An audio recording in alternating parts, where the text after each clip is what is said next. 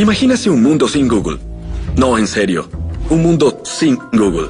Un mundo en que no pudieran reconocer en qué terreno será su cita ciegas de mañana. Un mundo en que no pudieran averiguar con un solo clic el PNB de Kazajstán. Un mundo en que si no se sienten bien, no pudieran sentarse ante la computadora y averiguar si solo necesitan tomar un par de aspirinas o si deben llamar a emergencias. Es increíble, ¿no?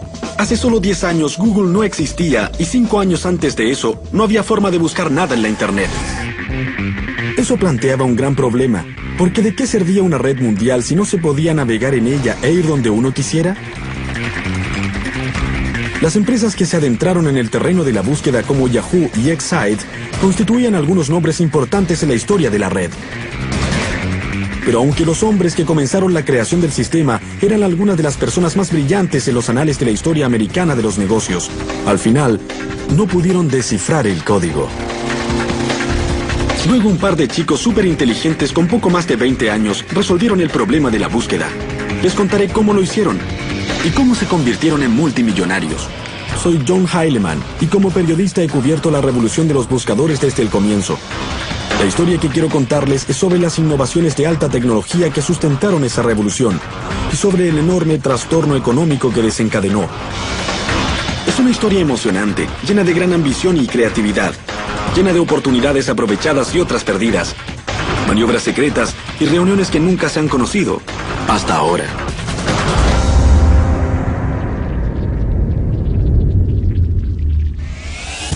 Si hoy en la red ingresan mi nombre, John Heilemann, en cualquier buscador, en un tercio de segundo podrán averiguar de inmediato que soy un periodista de revistas y verán un catálogo de prácticamente todo lo que he escrito.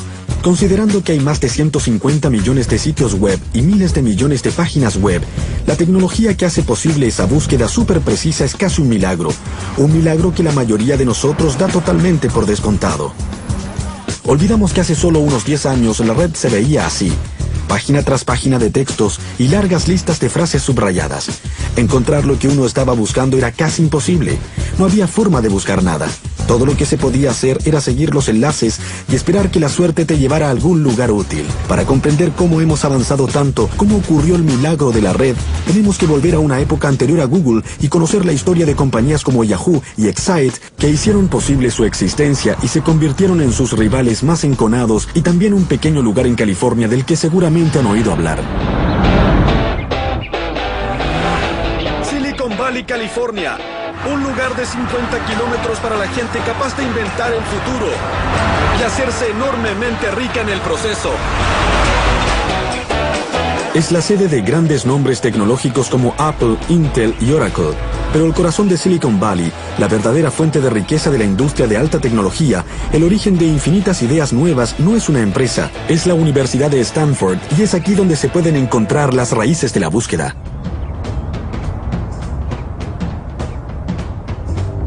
Tal vez piensen que les hablaré de algún laboratorio por aquí, con alumnos sobresalientes y un superprofesor que estaban inventando un nuevo chip mega rápido o una supercomputadora que conquistaría todo el valle en un segundo, lo que es cierto, pero eso no nos interesa. Lo que sí nos interesa es la historia de Jerry Yang y David Filo, a quienes su profesor dejó por su cuenta cuando él se tomó un año sabático. Profesor de ingeniería, en año sabático. Mientras Jerry y David buscaban qué hacer, se les ocurrió uno de los mejores negocios de los Estados Unidos y los hizo multimillonarios. Hoy su compañía se llama Yahoo y es uno de los sitios con más tráfico de la red.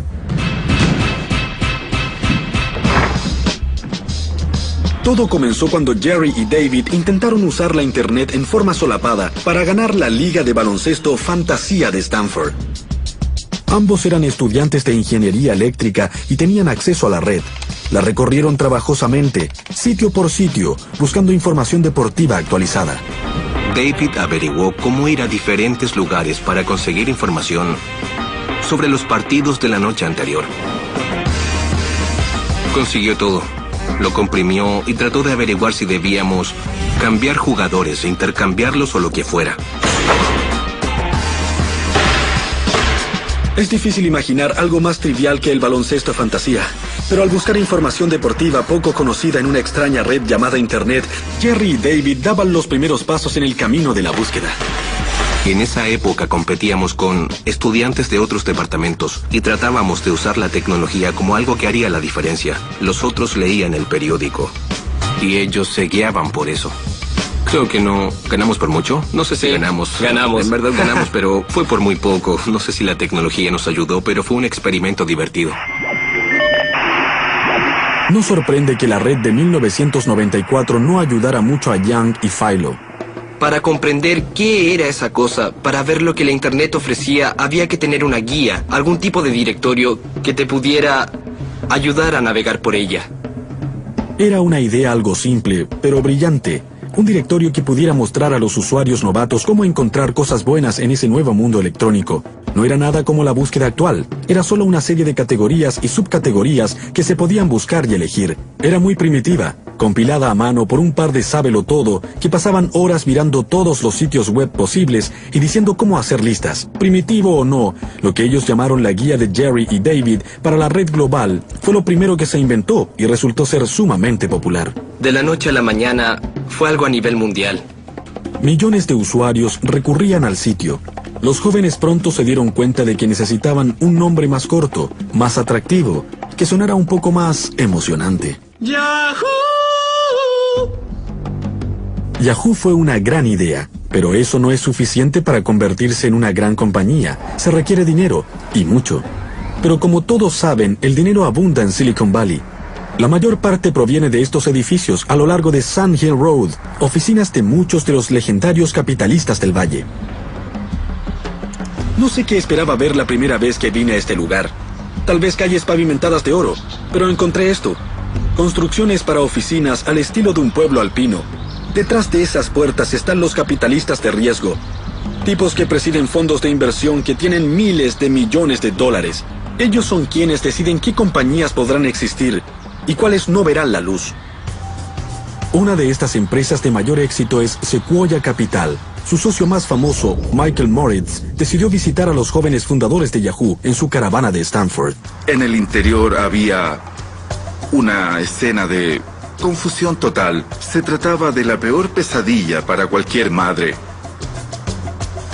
Cajas de pizza por todas partes, computadoras y equipo electrónico en cualquier lugar posible, las cortinas cerradas, había como 30 grados de temperatura, era una cloaca sofocante. Era un desastre.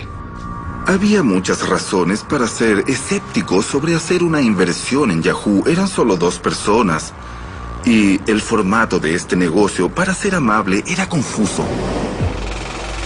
Lo que Moritz no podía ignorar era el potencial del directorio de Philo y Young. Nos pareció sumamente evidente que cualquiera que ofreciera un servicio que actuara como guía para desentrañar cosas que eran muy difíciles de encontrar, con el correr del tiempo, tendría el potencial de llegar a ocupar un terreno estratégico. Moritz invirtió $2 millones en el sitio de Young y Philo, pero era un riesgo que se basaba casi en un presentimiento. Había gran cantidad de gente visitando el sitio de Yahoo, pero no era en absoluto obvio de dónde vendrían las ganancias. Teníamos una compañía, pero debíamos intentar ganar dinero porque no teníamos ingresos. En realidad era aún peor. En esa época nadie en el planeta sabía cómo ganar dinero en la Internet, pero Yahoo cambiaría todo eso y en esa forma ayudaría a lanzar la fiebre del oro que pronto sumergiría a toda la red. En el año 2007, compañías buscadoras como Yahoo y Google generaron miles de millones de dólares en ingresos y ganancias, siendo la envidia de todos los empresarios del mundo. Pero en su inicio nadie usaba la red para hacer negocios o para el comercio. Algunos consideraban que la sola idea era una herejía o algo malvado. Recuerdo nítidamente los debates mientras la red trataba de definirse en forma cultural. A mediados de los 90, el centro cultural de la red no estaba en Silicon Valley, sino en este parque, al sur de San Francisco. La revista Wired y Hotwire, su hermana en línea, comenzaron un poco más allá. Y en esa época yo trabajaba aquí, y el argumento sobre la inminente comercialización de la red era intenso, y se reducía a una sola palabra: publicidad. La publicidad dividió la temprana comunidad de la red. Por un lado estaban los capitalistas de riesgo y otros financistas que pensaban que la Internet era un nuevo medio de comunicación, y estos siempre han sido financiados por la publicidad. Más de 100 años de historia de los medios de comunicación nos indican que si se logra reunir una gran cantidad de público en un solo lugar, entonces se podrán vender avisos. No era necesario ser un genio de los negocios ni una persona brillante para poder darse cuenta de una cosa como esa. Por otro lado estaban los utópicos, gente que veía la red como un lugar que prometía libertad.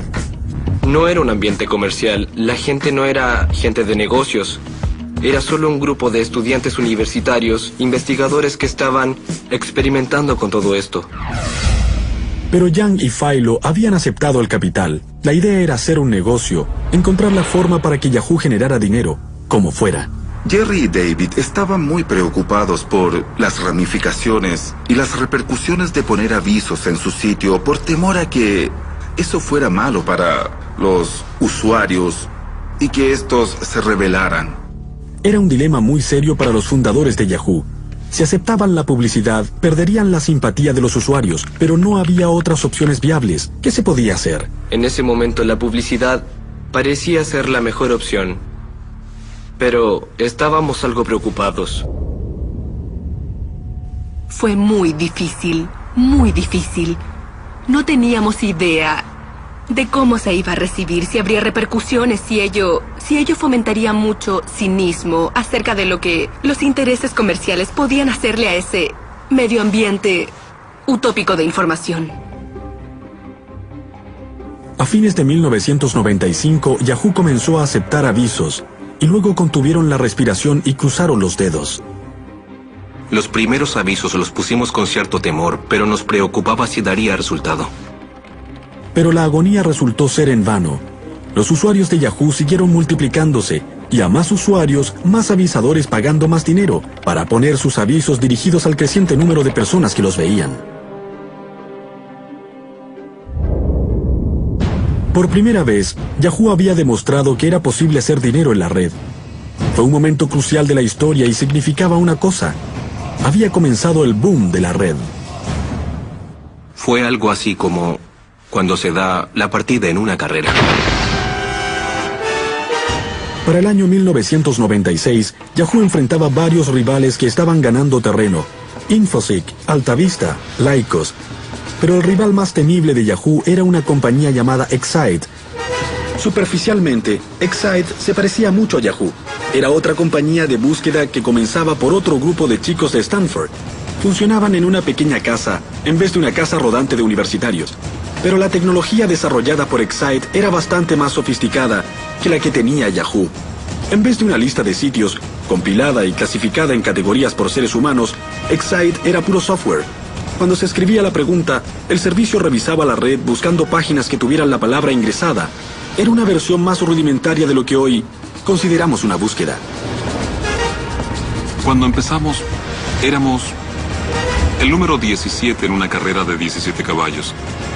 Y sabíamos que en un año más seríamos número 1 o 2 o que estaríamos muertos. La avaricia dominó todo. La ambición, el entusiasmo eran evidentes. En 1997, la Internet estallaba, mientras millones de personas se ponían en línea para ver de qué se trataba todo esto. Compañías como Yahoo y Excite estaban muy ocupadas convirtiéndose en lo que se conoció como portales, lugares llenos de diversión, correo electrónicos y salas de chat. Eran carnavales en línea, llenos de tentaciones, baratijas y burbujas, diseñadas para convertir a los usuarios en una audiencia cautiva. Hizo que todos se dedicaran a la innovación extrema, a la competencia extrema, y terminó siendo una forma de vida muy intensa e insostenible. Era un golpe tras otro. Nosotros lanzábamos la personalización y Yahoo también lo hacía. Yahoo lanzaba el correo electrónico y nosotros también. Uso Yahoo para escribir un libro sobre chasquear los dedos. Los primeros años fueron un tanto confusos. ¡Ya! Nadie sabía la dimensión que alcanzaría. ¡Muy bien!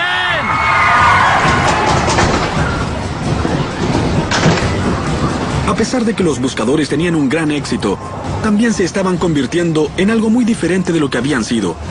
Al concentrarse solo en los brillos, perdieron la perspectiva de lo que los usuarios querían en primer lugar: encontrar cosas en una red más extensa.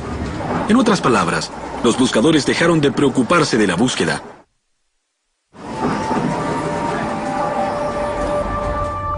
Silicon Valley, las calles de San Francisco y la zona de la bahía estaban llenos de jóvenes ambiciosos, buscando posibilidades en la red, enfrentando los problemas relativos a la red, ¿cierto? No. En realidad, la mejor oportunidad estaba allá afuera, mirando a los buscadores directo a la cara, pero su propio éxito no les permitía verla. Para decirlo francamente, el problema era que cuando se trataba de buscar información importante en la red, Yahoo, Excite y el resto de las llamadas compañías buscadoras en verdad eran pésimas. Podías pasar todo el día ingresando diferentes combinaciones de palabras para encontrar lo que buscabas sin tener éxito. La mayoría de los resultados que conseguías eran enlaces a sitios que trataban de vender algo que no querías o que a menudo era basura. En resumen, el mundo estaba ávido de una forma de buscar en la red. Por supuesto, ello vino de la misma institución que ya había producido Yahoo y Excite, Stanford. Una vez más, el nombre de la compañía era otra tontería: Google. Un derivado de la palabra Google, un término matemático de 10 elevado a la centésima potencia, y una vez más, los fundadores eran un par de sábelotodo escasamente socializados, Larry Page y Sergey Brin. Se conocieron en la primavera de 1996, en una gira guiada por San Francisco para alumnos de posgrado de Stanford. Sergey guiaba la gira, un chico ruso-americano con una actitud afectada.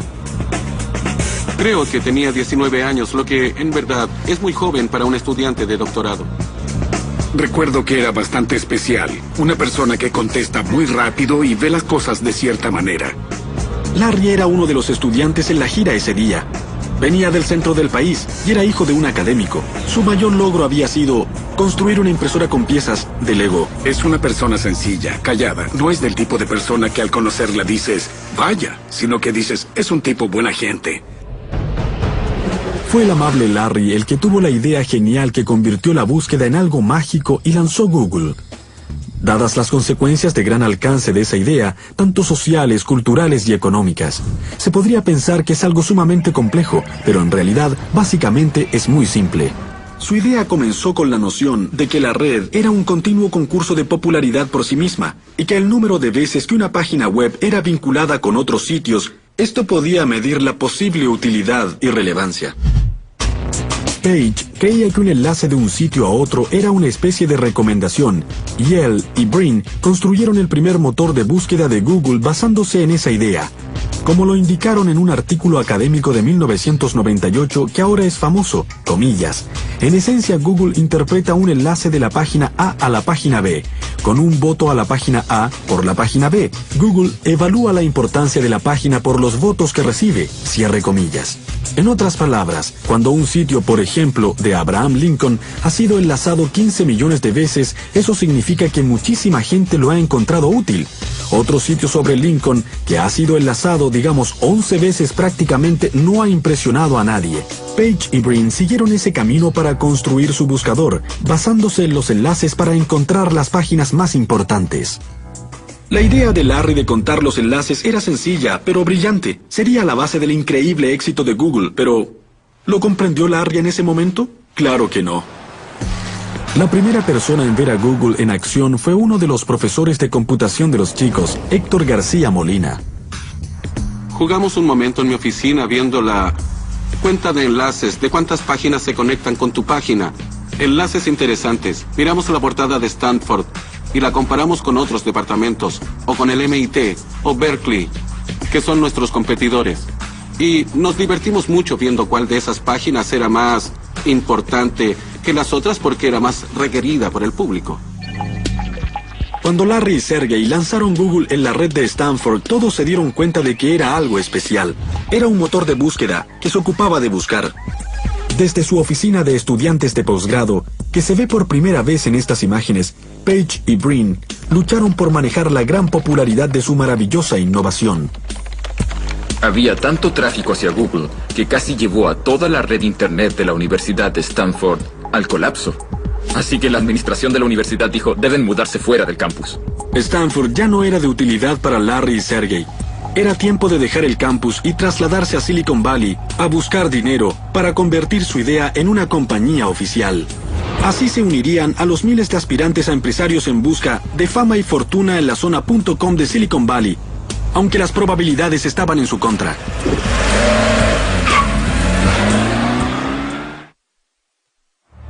vemos a Google con un valor de mercado de más de 200.000 millones de dólares. Su enorme sede en Silicon Valley y su influencia en los cambios culturales, y suponemos que los inversores deben haber golpeado a su puerta, en especial en la época de la burbuja.com, cuando algunas de las ideas más absurdas recibían mucho dinero. Pero en esa época, la reacción entre los hombres que tenían el dinero no era decir, sí, no hay problema, sino que era, oh, vamos. ¿Otro motor de búsqueda? Una de las pocas voces que disentían en este coro de dudas era la de Vinod Khosla, un capitalista de riesgo de gran éxito, gurú tecnológico y uno de los cofundadores de Sun Microsystems. Los conocí, me cayeron muy bien y les dije que quería trabajar con ellos de alguna forma, así que los presenté en Excite.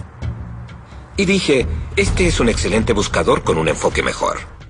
Para Khosla, la lógica era muy sencilla. En esa época era un inversionista en la compañía de búsqueda Excite, y pensó que si Excite compraba o conseguía la licencia de la tecnología de búsqueda de Google, eso les daría una ventaja contra su archirrival Yahoo, que ganaba toda batalla contra sus oponentes en la guerra de los portales. Si Excite no quería ser aplastado por los ejércitos de Yang y Philo, necesitaba más municiones. Cualquier comandante militar dirá que la clave para ganar una guerra es formar alianzas adecuadas. Con la esperanza de que Excite se uniera a Google, Khosla reunió a Graham Spencer, el jefe tecnológico de Excite, y también a Larry y Sergey en este restaurante de sushi. Los chicos de Google llegaron con la esperanza de asegurar la supervivencia de su proyecto. Comprobaron que sus resultados en la búsqueda eran mucho mejor que los de Excite. Trajeron sus laptops y le mostraron los resultados a Spencer. Spencer le habló al director ejecutivo de Excite, George Bell, sobre la tecnología de Google, al igual que Khosla. Hubo mucha resistencia. Y siempre dijeron, con una visión bastante rígida, que la búsqueda era algo genérico, que ellos podían hacerlo, que eran casi tan buenos y que no importaba. Y no era un problema de precio, porque entonces Google era muy barato. Podían haberlo comprado por algo así como $1 millón. Hoy vale $100.000 millones. Un momento, rebobinemos. Excite pudo haber comprado Google por $1 millón. Eso es una miseria aquí en Silicon Valley. La compañía había rechazado lo que para ellos habría sido el negocio del siglo. A largo plazo, lo es. Alzo mi mano y digo, soy necio. Pero la gente no creía que se podía hacer dinero con la búsqueda. Tal vez creía que se podía ganar algo de dinero, pero nadie pensaba que era un dineral. Pero para ser honesto, es un dineral. Lo es. Pero no fue solo Excite el que no logró darse cuenta del potencial de Google. Todas las compañías de búsqueda de Silicon Valley lo rechazaron. Cada vez más frustrados, Larry y Sergey hablaron con uno de sus profesores de Stanford, que también era un empresario ocasional, un hombre llamado David Cheriton. Creo que querían una suma bastante modesta de dinero, algo así como $1 millón, y yo había ganado algo de dinero con una compañía nueva que luego compró Cisco, y además trabajaba con Andy Bechtolsheim, un inversionista de Silicon Valley bastante conocido. David me llamó y me dijo que en verdad tenía que conocer a esos chicos de Google y yo fui a su casa. Era una hermosa mañana soleada de verano. Larry y Sergey estaban desesperados. Si David Cheriton y Andy Bechtolsheim no veían el potencial de Google, probablemente era hora de que los chicos regresaran a sus estudios. Larry fue el primero en llegar, luego llegó Sergey y al final apareció Andy en su auto Porsche. Cuando llegué a casa de David, Larry y Sergey ya estaban ahí y comenzaron de inmediato a hacerme una demostración. Conocimos a ese hombre, le dio una mirada rápida a nuestro motor de búsqueda y conversamos un poco. Le hicieron una demostración de Google, de cómo iniciar una búsqueda, de la sección voy a tener suerte y toda esa clase de cosas. De inmediato me pareció que era evidente que era una muy buena idea. Creo que Andy se convenció muy rápidamente de todo. De hecho, creo que es la mejor idea que he visto en toda mi vida. Nos dijo, no quiero que ustedes tengan que aceptar una valoración muy baja o que se preocupen ahora por sus asuntos de dinero. ¿Qué tal si les hago un cheque? Así es que fui a mi auto, tomé la chequera y les hice un cheque enseguida. Volvió y escribió un cheque para nosotros por $100.000. Lo hizo a nombre de Google por $100.000. Creo que fue Sergey el que dijo, no tenemos una cuenta bancaria. Y Andy contestó, deposítenlo cuando la tengan. Creo que nunca he hecho un cheque en forma tan inmediata. Esa fue la única vez en mi vida. Piensen en ello. ¿Cuánta gente conocen que estaría dispuesta a hacer un cheque por $100.000 de esa forma a un par de estudiantes de posgrado? incluso para Andy Bechtolsheim, que disponía de muchos millones de dólares. Todo el asunto parecía bastante loco, pero así funciona todo en Silicon Valley. Por eso les decían ángeles a los primeros inversores, porque se dedicaban a hacer pequeños milagros. Andy realmente depositó mucha confianza en ellos. Confió en que no se fueran a México con el dinero, pero recuerdo que se fueron con un nivel bastante alto de entusiasmo, dando la impresión de que lo harían.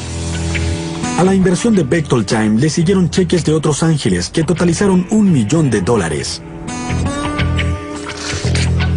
millón debió parecerles mucho dinero a dos estudiantes que subsistían de comida rápida. Pero muy pronto Larry y Sergey se darían cuenta de que $1 millón no era nada para Silicon Valley. Este hombre de figura delgada como Clark Kent es John Doerr. Es posiblemente el capitalista más famoso y de mayor éxito de Silicon Valley. Y ha financiado a Sun, Compaq, Netscape y Amazon.com.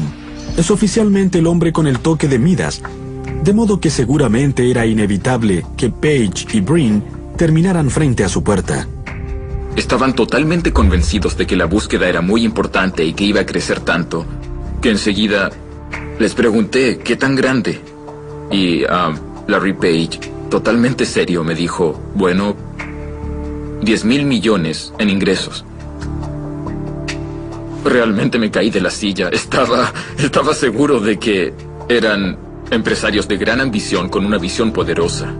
Habían unas cosas que a John Doerr le importaban más que las ambiciones desmesuradas. E incluso en esa época Page y Brin tenían ambiciones que harían ruborizarse a cualquier mortal. Querían literalmente organizar toda la información del mundo y hacer que fuera posible de encontrar en forma universalmente accesible. ¡Wow! A comienzos de 1999, John Doerr me llamó para que viniera a su oficina porque deseaba mostrarme algo. No tenía idea de lo que estaba hablando, pero cuando John Doerr llama, uno va. Me dijo que me sentara detrás de este escritorio y que había invertido en una nueva compañía, en una empresa de búsqueda. Se dio vuelta hacia su computadora, encendió el navegador y me mostró un sitio del que nunca había escuchado, Google.com. La diferencia era asombrosa, al igual que la gran sencillez de Google. Y los resultados fueron notablemente acertados. Giré hacia Doerr y le dije, «¡Wow! Es impresionante! Pero no hay avisos a los costados ni nada que se le parezca. ¿Cómo podrá ganar dinero esta cosa?» Doerr me contestó, «Estos chicos resolverán el problema más difícil de la Internet. Y si no podemos ver cómo hacer dinero con ello, no deberíamos estar en este negocio». Pero ingeniárselas para ver cómo convertir a Google en una empresa rentable no fue nada fácil. Y mientras los días se convertían en meses sin un modelo de negocio definido, los capitalistas estaban cada vez más intranquilos. Nadie contaba con medios para mantenerse asociado a Google. No había dinero cambiando de manos. Y los fundadores tenían que contratar gente. Tenían que pagarle a esa gente. Debían comprar equipos para poder suministrar el servicio. Y todo eso requería dinero. Todos los meses cerca de $500,000 salía por la puerta de Google. Lo que quería decir que los $25 millones en el banco no iban a durar mucho. La solución más obvia era seguir el camino de Yahoo y Excite y poner avisos, pero Page y Brin se negaron a tomar el camino fácil y se decidieron por algo más valeroso y con mayor visión futura. No resistían la idea de que Google se convirtiera en otro portal abarrotado. Querían asegurarse de que la gente disfrutara de una gran experiencia, pero también querían que los avisos tuvieran sentido para los usuarios. Page y Brin no estaban en contra de los avisos en sí mismo, pero querían que estuvieran más relacionados con la red. Pero no podían imaginar cómo hacerlo. Sin embargo, se estaban quedando cortos de tiempo y de dinero, así que, dando el paso más controvertido en la vida de la joven compañía, encontraron la solución al problema al más puro estilo Silicon Valley. Lo copiaron de otra persona. Esa persona era este hombre, Bill Gross. Con domicilio en Los Ángeles, Gross no tenía conexión alguna con Google. Dirigía una pequeña empresa llamada Idea Lab, una incubadora de ideas innovadoras con estilo propio y generadas por compañías nuevas. Fue Gross quien solucionó el dilema de los avisos en la Internet y en forma indirecta fue la salvación de Google. Voy por la vida buscando problemas y viendo en qué formas se pueden resolver, ya sean problemas de la vida diaria como el tránsito, problemas de salud o problemas de tecnología. Me gusta ver las cosas y pensar cómo se pueden mejorar. En el curso de su carrera, Gross se ha dedicado a todo, desde robots a paneles solares, pero en 1999 su obsesión era la publicidad en la red. Supe del problema de esa empresa. Nuestra compañía buscaba formas de publicidad más eficaz y yo me decía, ¿cómo podemos hacer que esto sea mucho mejor? ¿Qué tienen de malo los avisos que compramos ahora? ¿Cómo nos gustaría que fueran? La idea de Gross era brillante en su sencillez, tal como la idea de Page de contar los enlaces. Comenzó cuando se dio cuenta de que cuando alguien hace una consulta, no solo le está diciendo al mundo qué es lo que le interesa, sino que también está diciendo qué es lo que le interesa comprar. Si ingreso las palabras Bob Dylan, estoy diciendo al menos que siento curiosidad por él y que tal vez quiera comprar su nuevo álbum. Si toman esa información y la de otros nombres de músicos que he consultado en Google, tendrán una imagen detallada de mi persona como fan de la música. Es una información muy valiosa para el negocio de la música. Eso fue lo que visualizó Bill Gross, captando antes que nadie que un motor de búsqueda sería la herramienta de mercadeo más poderosa y más eficiente del mundo. En jerga técnica, las palabras que uno ingresa en un buscador se llaman palabras clave, y Gross se dio cuenta de que podían valer una fortuna. Las palabras clave son el futuro del negocio. Son muy valiosas porque cuando una persona ingresa una palabra clave en un motor de búsqueda está abriendo una gran ventana a su mente y a la intención que tiene en ese momento. Si escribe más de una palabra, es sumamente valioso. Gross creía que podía vender palabras claves a los avisadores. Por ejemplo, BMW podría pagar bastante para asegurarse de que cada vez que alguien ingresara la palabra auto, apareciera un enlace al sitio BMW en la búsqueda. Pero incluso entre la propia gente de Gross, la idea de pagar por lugares parecía inaceptable. A algunas personas en la reunión no les gustó nada. Pensaban que era una mala idea y que nadie la aceptaría. Yo les dije, vamos, es como las páginas amarillas. Piensen en lo útiles que son. Dejé la reunión, corrí a la oficina y regresé con las páginas amarillas. Las puse sobre la mesa y dije, miren esto, miren lo útil que es. Si buscan algo aquí, hay solo avisos pagados. Eso es lo que quiere el cliente cuando busca un plomero. ¿Por qué no hacerlo con un motor de búsqueda? Pensar que la búsqueda podía ser como las páginas amarillas resultó ser una gran idea. Finalmente, Gross convenció a los escépticos de su compañía y en 1998 lanzó un sitio basado en palabras claves y enlaces patrocinados, que se conocería con el nombre de Overture. Fue un éxito instantáneo. El director ejecutivo de la compañía me dijo, estamos manejando millones de microtransacciones. Somos tan grande como la compañía de teléfonos en transacciones. Era increíble. Ahí me di cuenta de lo grande que era esto. Lo que Gross no sabía es que en Silicon Valley estaban observando sus movimientos y que Google consideraría su idea como la solución del dilema de su modelo de negocios. Larry y Sergey encontraron un pequeño sitio llamado Overture que estaba creciendo muy bien con listas de patrocinadores. Y creo que fue en especial Larry el que pensó que eso ofrecía un camino de negocios que Google podría adoptar como solución al problema. Los creadores de Google se reunieron con Bill Gross más de una vez. Gran parte de la historia de los negocios se determina en reuniones privadas, entre titanes a puerta cerrada. Conocí a Larry y Sergey y hablamos con ellos sobre encontrar alguna forma de unir la gran monitorización que tenía GoTo y los increíbles resultados de búsqueda que obtenía Google. Hablamos varias veces de diferentes formas de incorporar ambas cosas. A veces las reuniones terminan con ambas partes saliendo del brazo, pero otras veces no es así. Y eso pasó con Google y Overture. Lo que ocurrió exactamente sigue siendo un misterio, pero tenemos una idea muy clara. Primero, Larry y Sergey dejaron las reuniones sin llegar a ningún acuerdo, y un poco más tarde, Google lanzó un servicio llamado AdWords que era sumamente parecido a Overture. ¿Les parece sospechoso? Claro que sí. Gross demandó a Google por ese parecido y la apropiación que sugería, pero finalmente ambas partes llegaron a un acuerdo fuera de los tribunales. Una cosa es segura, el arreglo incluía suficiente dinero en acciones de Google, hecho que contentó mucho a Bill Gross. Pensamos que podía ser algo bueno, pero nunca creímos que tendría ese impacto y ese alcance y que se convertiría en un valioso modelo económico en línea. Google hizo cambios importantes a la idea original de Gross. Principalmente separó los avisos de los llamados resultados de búsqueda orgánica.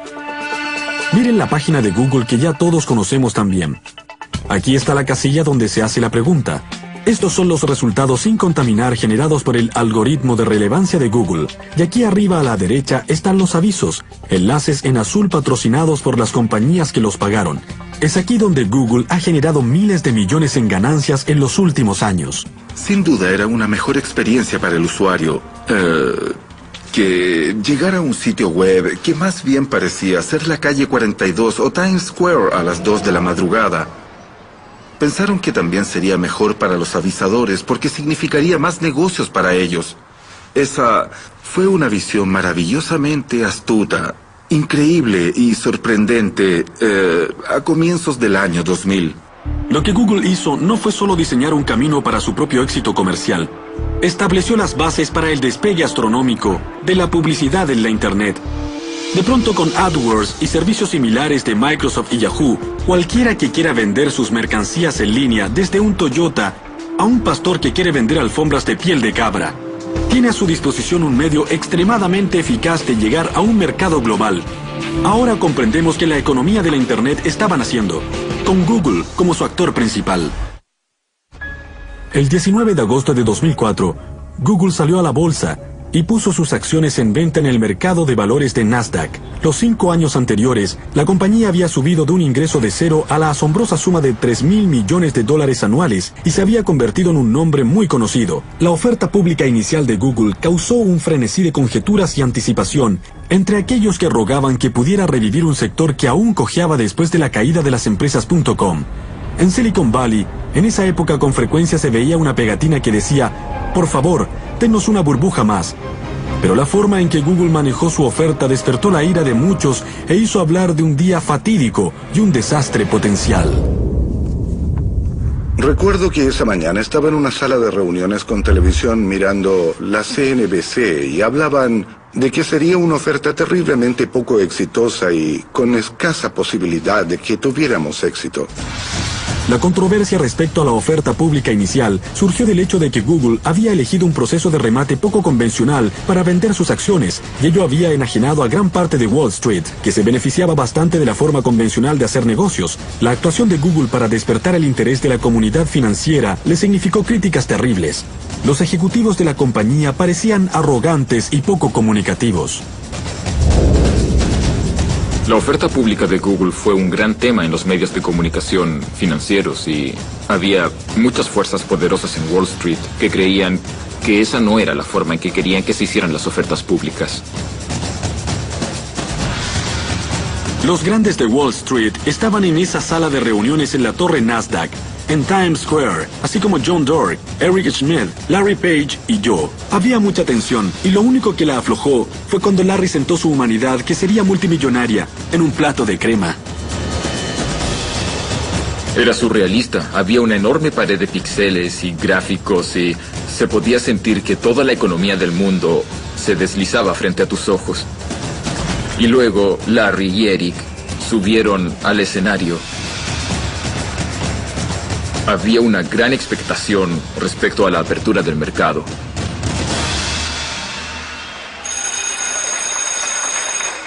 Y después comenzó.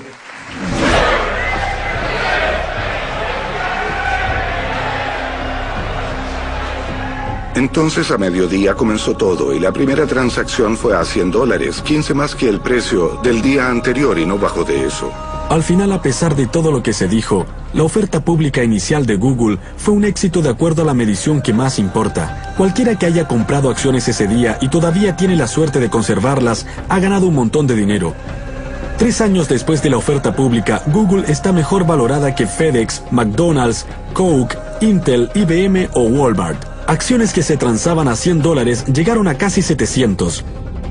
Actualmente Brin y Page están considerados entre las 30 personas más ricas del mundo.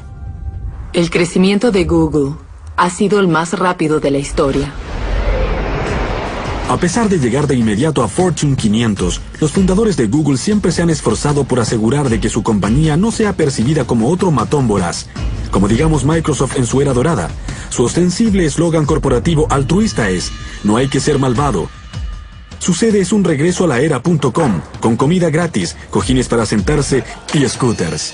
Pero a pesar de todas las pequeñeces para sentirse bien, Google sigue siendo una máquina capitalista que continúa prosperando gracias a la unión de la búsqueda y la publicidad que la compañía ha perfeccionado. Hasta que la publicidad en línea no fue realmente eficaz, No había forma de pagar a los programadores que estaban haciendo el software. Eran subsidiados. Por ejemplo, en Sun vendíamos sistemas o hardware y usábamos ese dinero para pagar a los programadores. Hoy, el negocio de la Internet paga a sus programadores con ganancias de la red que provienen de la publicidad. De modo que el desarrollo de la tecnología y la publicidad van de la mano. Pero Google no se dedicó a descansar y a explotar su negocio principal. No se ha dormido en sus laureles. Al contrario, sabe muy bien que quedarse quieto en el negocio de la tecnología equivale a cometer un suicidio comercial. Google ha invertido sus ganancias en infinitos experimentos y proyectos. Ha metido la mano en todos los negocios a su alcance. Tenemos Google Library, Google Books, Google Maps y Google Earth. Luego Gmail, Google Calendar, Google Spreadsheets y Google Docs. La compañía compró Blogger para publicaciones personales en la red. También compró Picasa para compartir fotos en línea. Y por supuesto YouTube para compartir videos. Ante los ojos de muchos, todo eso equivale a un plan de dominación. De modo que no es de extrañar que la Google manía se esté convirtiendo en una creciente fobia a Google. El fenómeno de la fobia a Google es más fuerte entre los partidarios de la privacidad, que se preocupan sobre cuánta información sobre todos nosotros está guardada en las bases de datos de Google. No solo esas personas están preocupadas, incluso los mentores originales de Page y Brin están inquietos. La gente comenzará a sentir que tener demasiada información guardada sobre todo lo que han hecho, todo lo que han buscado, es un peligro real. Cada vez veremos más opiniones así. Para otros, el gigantesco dominio de Google y su expansión voraz es un llamado a las armas. Aunque Excite se acabó hace tiempo, Yahoo ha mejorado su búsqueda y sus ofertas de publicidad. Microsoft, una compañía conocida por no rendirse jamás, por llegar tarde a la fiesta, pero siempre ser la última en irse, también se ha impuesto como misión derrocar a Google. En general, si hubiera una gran oportunidad en Internet o de software, Microsoft se daría cuenta rápidamente porque tiene mucha gente muy inteligente, grandes recursos y mucha fuerza. Más importante aún, a medida que Google ha extendido su alcance a tantos rincones del comercio, su lista de enemigos fuera del negocio de la tecnología se ha hecho más larga y más imponente. Desde Viacom y News Corporation, de Rupert Murdoch a las empresas editoras y muy pronto a toda la industria de telecomunicaciones. Las fuerzas que se acumulan contra Google harán que la compañía enfrente desafíos mucho más grandes de los que ha encarado hasta ahora. Para que Google continúe su crecimiento meteórico, Larry y Sergey y el resto de los Googlers tendrán que ser ágiles, innovadores e infinitamente creativos. La historia de la alta tecnología indica que las compañías, sin importar su grandeza, cometen errores muy graves, y aunque a Google no le ha ocurrido, igualmente le sucederá.